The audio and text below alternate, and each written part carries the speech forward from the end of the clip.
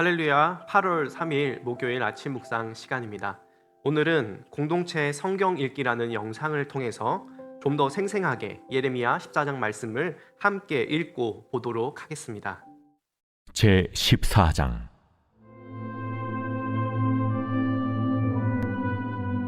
가뭄에 대하여 예레미야에게 임한 여호와의 말씀이라. 유다가 슬퍼하며 성문의 무리가 피곤하여 땅 위에서 애통하니 예루살렘의 부르짖음이 위로 오르도다. 귀인들은 자기 사환들을 보내어 물을 얻으려 하였으나 그들이 우물에 갔어도 물을 얻지 못하여 빈 그릇으로 돌아오니 부끄럽고 근심하여 그들의 머리를 가리며 땅에 비가 없어 지면이 갈라지니 밭가는 자가 부끄러워서 그의 머리를 가리는도다. 들의 암사슴은 새끼를 낳아도 풀이 없으므로 내버리며 들나귀들은 벗은 산 위에 서서 승냥이같이 헐떡이며 풀이 없으므로 눈이 흐려지는도다. 여호와여, 우리의 죄악이 우리에게 대하여 증언할지라도 주는 주의 이름을 위하여 일하소서. 우리의 타락함이 많으니이다. 우리가 주께 범죄하였나이다. 이스라엘의 소망이시여 고난당한 때의 구원자시여, 어찌하여 이 땅에서 거류하는 자같이 하룻밤을 유숙하는 나그네같이 하시나이까? 어찌하여 놀란 자 같으시며 구원하지 못하는 용사 같으시니이까? 여호와여, 주는 그래도 우리 가운데 계시고 우리는 주의 이름으로 일컬음을 받는 자이오니 우리를 버리지 마옵소서. 여호와께서 이 백성에 대하여 이와 같이 말씀하시되, 그들이 어그러진 길을 사랑하여 그들의 발을 멈추지 아니하므로 여호와께서 그들을 받지 아니하고 이제 그들의 죄를 기억하시고 그 죄를 벌하시리라 하시고, 여호와께서 또 내게 이르시되, 너는 이 백성을 위하여 복을 구하지 말라.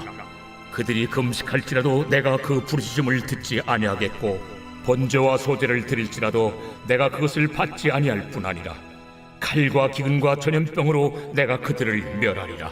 아멘.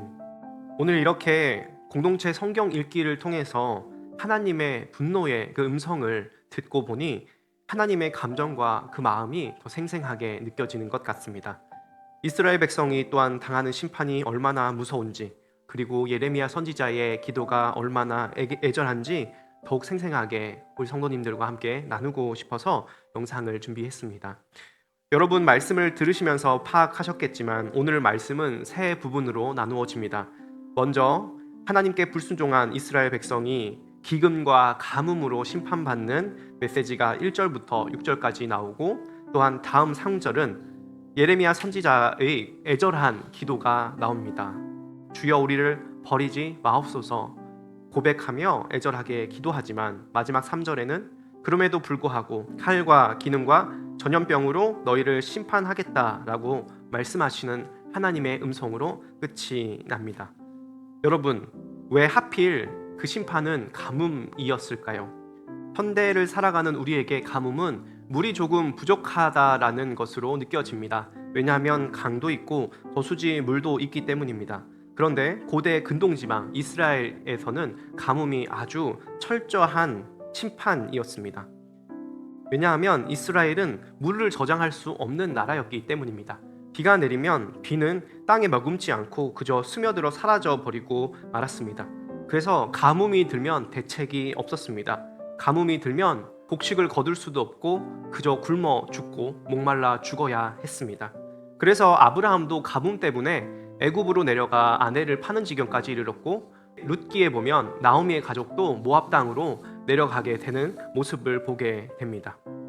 이처럼 가뭄의 안타까운 모습을 오늘 말씀에는 우물에 물이 없다고 표현하고, 땅은 쩍쩍 갈라지고 암사슴도 새끼를 내어 버릴 정도로, 들나귀들도 헐떡이며 풀이 없어서 눈이 흐려지는 모습을 얘기하며 창조 세계 전체가 목마름으로 신음하는 비참한 현실을 나타내고 있습니다. 또한 성경은 목마름의 고통을 지옥의 형벌에 비교하기도 하는데요. 누가복음 16장에 보면 예수님께서 거지 나사로와 부자의 모습을 묘사하는데요. 부자는 지옥불 가운데 고통당하며 이렇게 얘기를 합니다. 그 나사로를 제게 보내어 손에 물 한 방울만 찍어 내 혀에 발라 달라고 얘기를 합니다. 이렇게 목마름의 고통을 지옥에서 당한다라고 얘기를 하는 것이죠. 이렇게 이스라엘 백성들이 지옥과 같은 목마름에 고통을 당하게 되는 이유는 무엇입니까? 바로 예레미야 2장 13절에 그 이유가 나옵니다. 내 백성이 두 가지 악을 행하였나니 곧 그들이 생수의 근원되는 나를 버린 것과 스스로 웅덩이를 판 것인데 그것은 그 물을 가두지 못할 터진 웅덩이들이니라. 여기서 생수의 근원 대신 하나님을 버렸다라고 얘기합니다. 생수의 근원 대신은 하나님을 버렸기 때문에 너희가 그런 목마름을 당한다. 너희가 스스로 웅덩이를 파버렸다. 스스로 우상을 숭배하며 하나님을 떠나 불순종했기 때문에 너희가 그 목마름의 고통을 당한다라고 얘기를 합니다. 여러분, 이 목마름의 고통은 단지 죽어서만이 아니라 불순종한 이스라엘 백성들만 당하는 것이 아니라 이 땅에 살아가는 믿는 자들, 믿지 않는 자들 모두가 당하는 고통이기도 합니다. 예수 그리스도를 마음에 모시고서도 하나님 아닌 다른 우상을 섬길 때는 우리 마음 가운데 여전히 채워지지 않은 목마름으로 살아가게 됩니다. 예수님을 알지 못하는 이들도 평생 그 마음의 목마름을 채우기 위해서, 그 만족을 위해서 무엇인가 구하며 평생을 살아가지만 결국에는 참 만족을 얻지 못하고 살아가는 것이 이 땅에 임한 하나님의 심판이기도 합니다.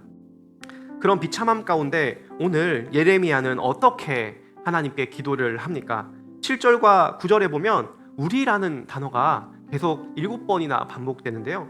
우리의 죄악이 우리에게 대하여 증하할지라도 우리의 타락함이 많으니이다. 우리가 주께 범죄하였나이다. 여호와여, 주는 그래도 우리 가운데 계시고 우리는 주의 이름으로 일컬음을 받는 자이오니 우리를 버리지 마옵소서. 여러분, 예레미야는 이 비참한 목마름의 심판 가운데 개인의 죄악만이 아니라 우리 공동체의 죄악을 붙잡고 하나님께 나아갑니다. 풍요롭지만 결핍의 시대를 살아가는 우리 또한 우리의 가정과 공동체와 이 나라와 민족의 죄악을 회개하며 하나님께 나아가는 것이 이 시대의 교회 사명일 것입니다. 그럼에도 불구하고 하나님은 무엇이라고 심판을 또 선언하십니까? 12절에 보면 칼과 기근과 전염병으로 내가 그들을 멸하리라 라고 말씀하십니다. 예레미야 선지자에게 이렇게 말씀하십니다. 내가 그들의 기도를 듣지 않겠다. 칼과 기근과 전염병으로 내가 그들을 멸하리라 라고 단호하게 말씀하십니다. 그러면서 예레미야에게 이 백성을 위하여 복을 구하지 말라. 내가 그 부르짖음을 듣지 않겠다라고 단언하십니다. 왜 그렇게 심판을 멈추지 않겠다고 예레미야의 애절한 기도 가운데서도 그 기도를 외면하시듯이 말씀하십니까? 바로 10절에 보면 그들이 어그러진 길을 사랑하며 그 발을 멈추지 않았기 때문입니다. 그들이 여전히 죄악을 행하면서 하나님을 버리고 우상숭배를 계속했기 때문에 하나님께서 그들을 심판하시기로 작정하셨던 것입니다. 여러분들, 이 말씀을 보면서 이런 생각을 한번 해보았습니다. 우리 그리스도인들 중에서도 이 이스라엘 백성들처럼 하나님의 백성으로 구원받았다고 하지만 여전히 죄악 가운데 살아가는 이들이 나의 과거의 모습 가운데 또 우리 주변에 있음을 보게 됩니다. 그런데 우리는 왜 이런 심판을 당하지 않을까라는 생각 해본 적은 없으십니까? 물론 우리가 죄의 결과로서 죄의 대가를 치르기도 합니다. 나의 죄 때문에 관계가 깨어지기도 하고 실패를 경험하기도 하고 악의 구조 가운데 전쟁과 기근을 경험하기도 합니다. 그런데 실제로 성경에 나타난 그런 완전한 심판을 우리는 당하지는 않습니다. 왜 그렇습니까? 왜 우리 믿는 사람들은 완전한 심판을 당하지 않는 것입니까? 그 이유를 본문에서 살펴볼 수 있습니다. 어디에 나와 있을까요? 바로 선지자의 기도 가운데 그 이유가 나옵니다. 8절 말씀입니다. 이스라엘의 소망이시요 고난당할 때의 구원자이시요. 여러분, 이스라엘의 소망이시요 열방의 소망이시요 우리의 구원자이신 예수 그리스도께서 이 모든 심판을 우리 대신 담당하셨기 때문입니다. 그래서 예레미야의 기도는 그때 당시에 응답되지 않았지만 나중에 예수 그리스도께서 십자가에 달리신 그때에 온전히 응답된 것입니다. 우리가 절망 가운데, 우리의 죄 가운데, 우리의 약함 가운데서도 소망을 가지고 구원을 바라봐야 할 이유는 무엇입니까? 바로 십자가에 달리신 예수님께서 그 모든 심판을 우리 대신 담당하셨기 때문입니다. 예수님께서 십자가에서 이렇게 말씀하셨습니다. 내가 목마르다. 예수님은 목마르셨습니다. 예수님은 물만이 아니라 피를 다 쏟는 고통을 당하면서 갈증 가운데 몸부림치셨습니다. 요한복음 19장 28절에 보면 그 목마르다라는 이야기를 한 그 상황을 이렇게 자세히 표현합니다. 성경을 응하게 하려 하사 이르시되 내가 목마르다 하시니. 여러분, 성경을 응한다는 것이 무엇입니까? 그분이 당한 목마름과 그 갈증의 가뭄의 그 고통은 바로 이스라엘이 당했어야 하는, 우리의 죄로 말미암아 당해야 할 목마름의 고통을 그리스도께서 그 백성들의 죄를 대신 지심으로 당하셨다라고 말씀하십니다. 기근과 가뭄으로 인한 창조 세계의 탄식을 창조자이신 하나님께서, 예수님께서 대신 당하신 것입니다. 그렇게 목마르다 말씀하시고 30절에 다 이루었다라고 말씀하심으로 모든 죄의 대가를 그가 다 짊어지심으로 우리가 모든 죄로부터 해결함을 얻었음을 기억하시길 소원하십니다. 우리의 목마름과 우리의 아픔과 우리의 죄의 심판을 대신 당하신 예수 그리스도로 말미암아 우리에게 소망과 구원이 있음을 오늘도 기억하시길 바랍니다. 그 요한복음 7장 37절과 38절에 이렇게 나옵니다. 누구든지 목마르거든 내게로 와서 마시라. 나를 믿는 자는 성경의 이름과 같이 그 배에서 생수의 강이 흘러나리라. 아멘.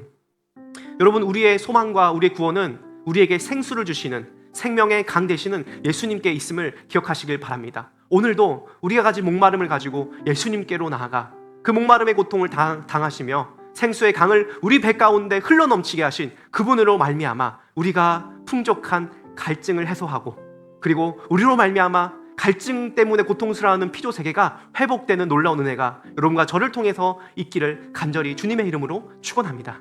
함께 기도하겠습니다. 살아계신 하나님, 참으로 감사합니다. 이스라엘 백성은 목마름 때문에 죽어갈 수밖에 없었지만 우리도 똑같은 죄악을 저지른 죄인이지만 우리에게 소망과 구원이 있는 이유는 바로 십자가에 달리신 예수 그리스도께서 우리 대신 목마름을 달강하셨기 때문입니다. 오 주님, 오늘 십자가를 바라봅니다. 십자가에서 다 이루셨다 말씀하신 그분을 바라보며 하나님, 오늘 우리가 우리의 죄를 간과하지 않게 하여 주시옵소서. 십자가에 달리신 예수님의 창조주의 목마르다는 비명소리를 들으며 우리의 죄악이 얼마나 큰지 다시 한번 깨닫게 하시고, 또 우리를 사랑하신 하나님의 놀라운 대속의 은혜와 사랑이 얼마나 큰지 기억하며 우리가 날마다 예수님 품 안에서 그 생수의 강을 맛보며 세상에 생수를 흘려보내는 귀한 사명을 잘 감당할 수 있도록 은혜를 베풀어 주시옵소서. 감사드리며 예수님의 이름으로 기도합니다. 아멘.